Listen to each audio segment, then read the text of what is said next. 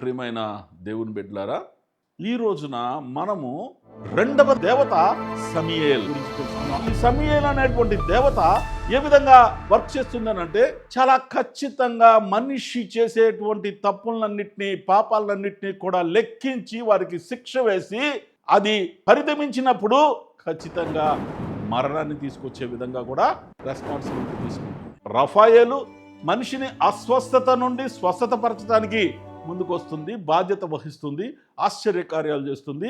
ఈ సమూయేలు వచ్చేసే లోపలికి ఏం చేస్తుంది అంటే, మనిషి చేసిన తప్పులన్నింటినీ బేరీజ్ చేసి వారికి శిక్ష వేస్తుంది. అదేవిధంగా ఆ సమయానికి ఎప్పుడు ఏ విధంగా చేయాలో దాన్ని అంతటినీ బేరీజ్ చేసుకొని మరణాన్ని కూడా తీసుకొచ్చేటువంటిదిగా మనం చూస్తూ ఉన్నాం. ఈ రెండు విషయాలు ఒకసారి చర్చించుకుందాం.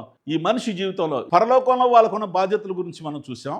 ఆ బాధ్యతను మన జీవితంలో ఏ విధంగా అనుభవించుకుందామో చూద్దాం. మనకు కష్టాలు లేవా? మనకు ఇబ్బందులు లేవా? మానసికమైన వేదన లేదా? ఆర్థికమైన ఇబ్బందులు లేవా? శారీరకమైన ఇబ్బందులు లేవా?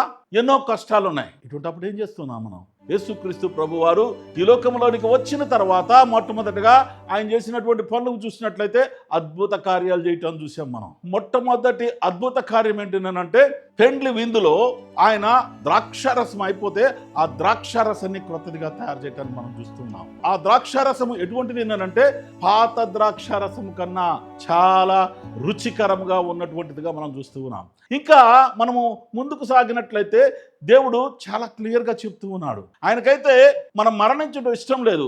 ఆయన మరణాన్ని మృంగి ఓ మరణమాన్ని ముల్లెక్కడానికి ప్రశ్నించడానికి అవకాశం ఇస్తూ ఉన్నాడు. కానీ ఈ లోకంలో నువ్వు చేసిన తప్పుకు నువ్వే శిక్ష అనుభవించి తీరాలి. నువ్వు అనేకమైన తప్పులు చేస్తున్నావు మానసికంగా. ఒక చిన్న ఉదాహరణ చెప్తాను. ఈ మనిషి యొక్క మనస్సు ఏ విధంగా ఉంటుందో మనము ఒకసారి పరీక్షించినట్లయితే, యేసుక్రీస్తు ప్రభువారు 12 మంది శిష్యులతో కలిసి భోజనం చేయటాన్ని మనం చూస్తాం. అటువంటి సమయంలో ఆయన ఒక మాట చెప్తూ ఉన్నాడు, మీలో నన్ను ఒకరు అప్పగిస్తున్నారు అని చెప్తున్నారు. అప్పుడు అక్కడ ఉన్నటువంటి వారందరూ కూడా నేనా అని చెప్పి అనినటువంటి సమయంలో అక్కడ ఒక విషయాన్ని మనం చూస్తూ ఉన్నాం. పేతురు ఒక మాట అంటున్నాడు, నేనైతే నీ కొరకు నేను చనిపోవడానికి సిద్ధమని అంటాడు. పేతురు, కోడి కుయ్యక ముందే నీవు ముమ్మారు నన్ను ఎరుగనని నువ్వు చెప్తావు పేతురు అని అంటే, దేవా నేను చనిపోయేటప్పుడు కూడా నిన్ను ఎరుగనని నేను చెప్పను. కానీ అక్కడ మనం చూసినట్లయితే బైబిల్ గ్రంథంలో ఆయన 3 సార్లు ఆయన ఎవరో నాకు తెలియదు అంటున్నాడు, నేను ఎరుగును అంటున్నాడు. ఆ తర్వాత ఆయన మనసు క్షోభించింది. ఇక్కడ మనం అర్థం చేసుకోవాల్సిందంటే, మనసు గాయమైపోయింది. అయ్యో, నేను ఇంతకాలము యేసుక్రీస్తు ప్రభు వారితో ఉన్నాను, ఇంతకాలము ఆయన ఎరిగి ఉన్నాను, ఇంతకాలము ఆయనతో పాటు ప్రయాణం చేశాను, ఈ క్షణంలో నేను ఆయన ఎరుగునని చెప్పానా, ఆయన నాకు తెలియదని చెప్పానా, నేను ఏంటిది అని కుల్లి కుల్లి కుల్లి కుల్లి కృంగిపోతూ ఏడుస్తున్నాడు. మనస్సులో గాయమైపోయింది. అలాగా మనస్సులో గాయమైన వారికి, శారీరకంగా గాయమైనటువంటి వారికి, ఆర్థికమైన ఇబ్బందులు ఉన్నటువంటి వారికి దేవుడు తన యొక్క దూత అయినటువంటి మొట్టమొదటి దూత రఫాయేలు ద్వారా స్వస్థతను, అద్భుత కార్యాలను చేసేవాడుగా ఉన్నాడు. ఆ తర్వాత పేతురు ఏ విధంగా చనిపోయాడండి? తల కిందకు పెట్టి కాళ్ళు పైకెత్తి మరణశిక్ష అనుభవించడాన్ని మనం చూస్తూ ఉన్నాం.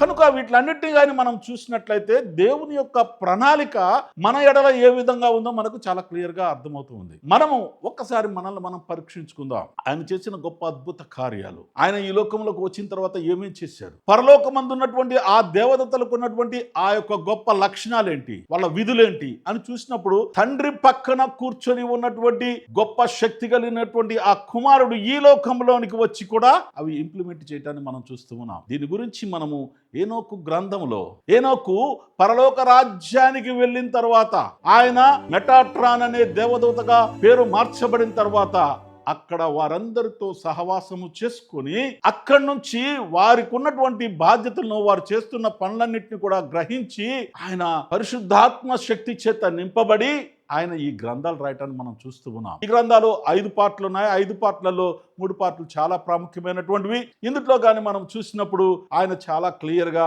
మనతో మాట్లాడటాన్ని మనం చూస్తూ ఉన్నాం. ఇప్పటికీ ఏనోకు గ్రంథాలు ఇథియోపియా ఆర్థడాక్స్ తైవాహిడోలో వారి చర్చిలో ఈ యొక్క గ్రంథము బైబిల్లో రాయబట్టాన్ని మనం చూస్తూ ఉన్నాం. కనుక ఈనోకు ఆత్మావశుడై రాసినటువంటి పరలోకములో జరిగినటువంటి ప్రతిదాన్ని కూడా మనకు తెలియజెప్పబడినటువంటి దాన్ని మనం చూసినప్పుడు ఏంజియాలజీ అంటే ఈ యొక్క దేవదూతల గురించి రాయటాన్ని మనం చూసినప్పుడు ఈ దేవదూతల యొక్క లక్షణాలు, దేవదూతల యొక్క ఆలోచన సరళి, దేవదూతల యొక్క విధులు, నిర్వహణలన్నీ కూడా మనం చూస్తున్నాం. ఇందాక మనము రెండవ దూత గురించి మాట్లాడుకున్నాం, సరియేలు దేవదూత.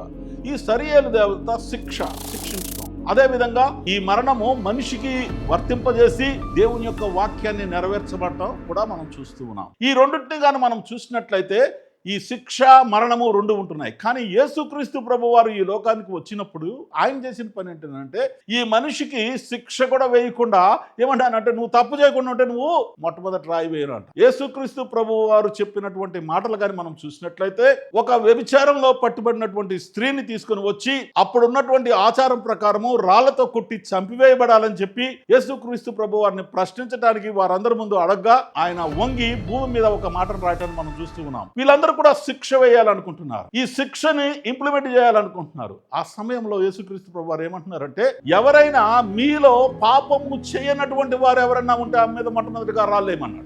వెళ్ళిపోయారు. చూస్తే అంటే ప్రతి ఒక్కరు కూడా ఈ లోకములో పాపం చేసిన వారే. క్రీస్తు రక్తము ద్వారానే మనకు పరలోక రాజ్య వారసత్వం దొరుకుతుంది. క్రీస్తు రక్తము ద్వారా మనం అందరము నీతిమంతులుగా తీర్చబడతాం. కనుక మనల్ని మనం పరీక్షించుకుందాం. ముందు దేవుడు మనకి శిక్ష వేశాడు, ఆ శిక్ష నుండి బయటకు వచ్చే మార్గాన్ని బయలుపరిచాడు. అది మొట్టమొదటిగా ఏనోకు ద్వారా మనకు బయలుపరిచాడు. దేవుడు ఆదాము అవ్వలకు శిక్ష వేసి ఏదెను వనం నుండి గెంటి వేశాడు. ఆ గెంటి వేసిన తర్వాత ఆయన ప్రేమను మర్చిపోలేక, మన మీద ఉన్నటువంటి ఆ ఆప్యాయతను మర్చిపోలేక తిరిగి ఆయన దగ్గరికి చేర్చుకుంటానికి చాలా ప్రయత్నాలు చేశాడు. కయ్యూను ద్వారా ప్రయత్నం చేస్తే కయ్యూను బిడ్డలు ఎవరు కూడా దేవుళ్ళు లేరు. ఆ తర్వాత సేతు బిడ్డల ద్వారా మనం చూసినట్లయితే ఆ సేతు బిడ్డలలో ఒక్కొక్కరికి ఒక్కొక్క వ్యాపకం చూస్తూ ఉన్నాం. అలాగే ఒక వ్యక్తి దగ్గరకు వచ్చేలోపటికి ఈనోకు అంటే సేతు యొక్క గ్రేట్ గ్రాండ్ సన్ అన్నమాట. ఈ యొక్క గ్రేట్ గ్రాండ్ సన్ ఈనోకు. ఈ ఈనోకు ద్వారా దేవుడు ఏం చేశాడు, మరణాన్ని మృంగి పైకి వెళ్లాలో బయలుపరిచాడు. దానికి కూడా మనం ఏం చేయలేకపోయాం. అంటే మనం ముందుగానే ఆయన అన్ని చేస్తున్నాడు. కనుక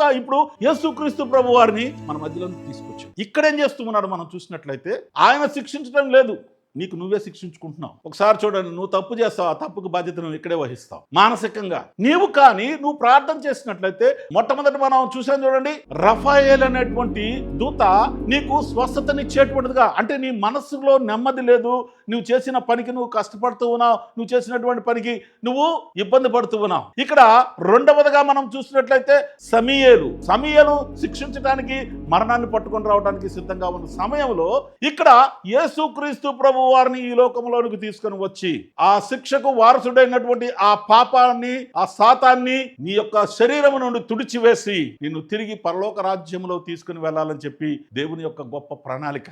ఆ ప్రణాళికలో భాగమే యేసుక్రీస్తు ప్రభు వారు ఈ రోజున మన మధ్యలోనికి రావటం. ఈ రోజున మనము సమూయేలు గురించి మాట్లాడాం. ఈ సమూయేలు గురించి మాట్లాడినప్పుడు శిక్ష, మరణం గురించి మనం చూస్తూ ఉన్నాం. శిక్ష, మరణాన్ని ఏ విధంగా యేసుక్రీస్తు ప్రభు వారు ఈ లోకానికి వచ్చి కొట్టివేశాడో, ఏ విధంగా మరణం మీద అధికారం సాధించి ఓ మరణమా నీ మిల్లక్కడాన్ని ప్రశ్నించాడో మనం తెలుసుకోవాలి అని అనుకుంటే మనందరం కూడా Jacob Ladders international faith mission ద్వారా మీరు ఈ విషయాలన్నింటినీ కూడా తెలుసుకొని ముందుకు సాగి గొప్ప సాక్షులుగా ఉండాలని మీరందరూ కూడా సబ్స్క్రైబ్ చేసుకొని ఫార్వర్డ్ చేస్తూ లైక్ చేయవలసిందిగా మిమ్మల్ని అందరినీ కూడా నేను కోరుతూ ఉన్నాను. God bless you everybody.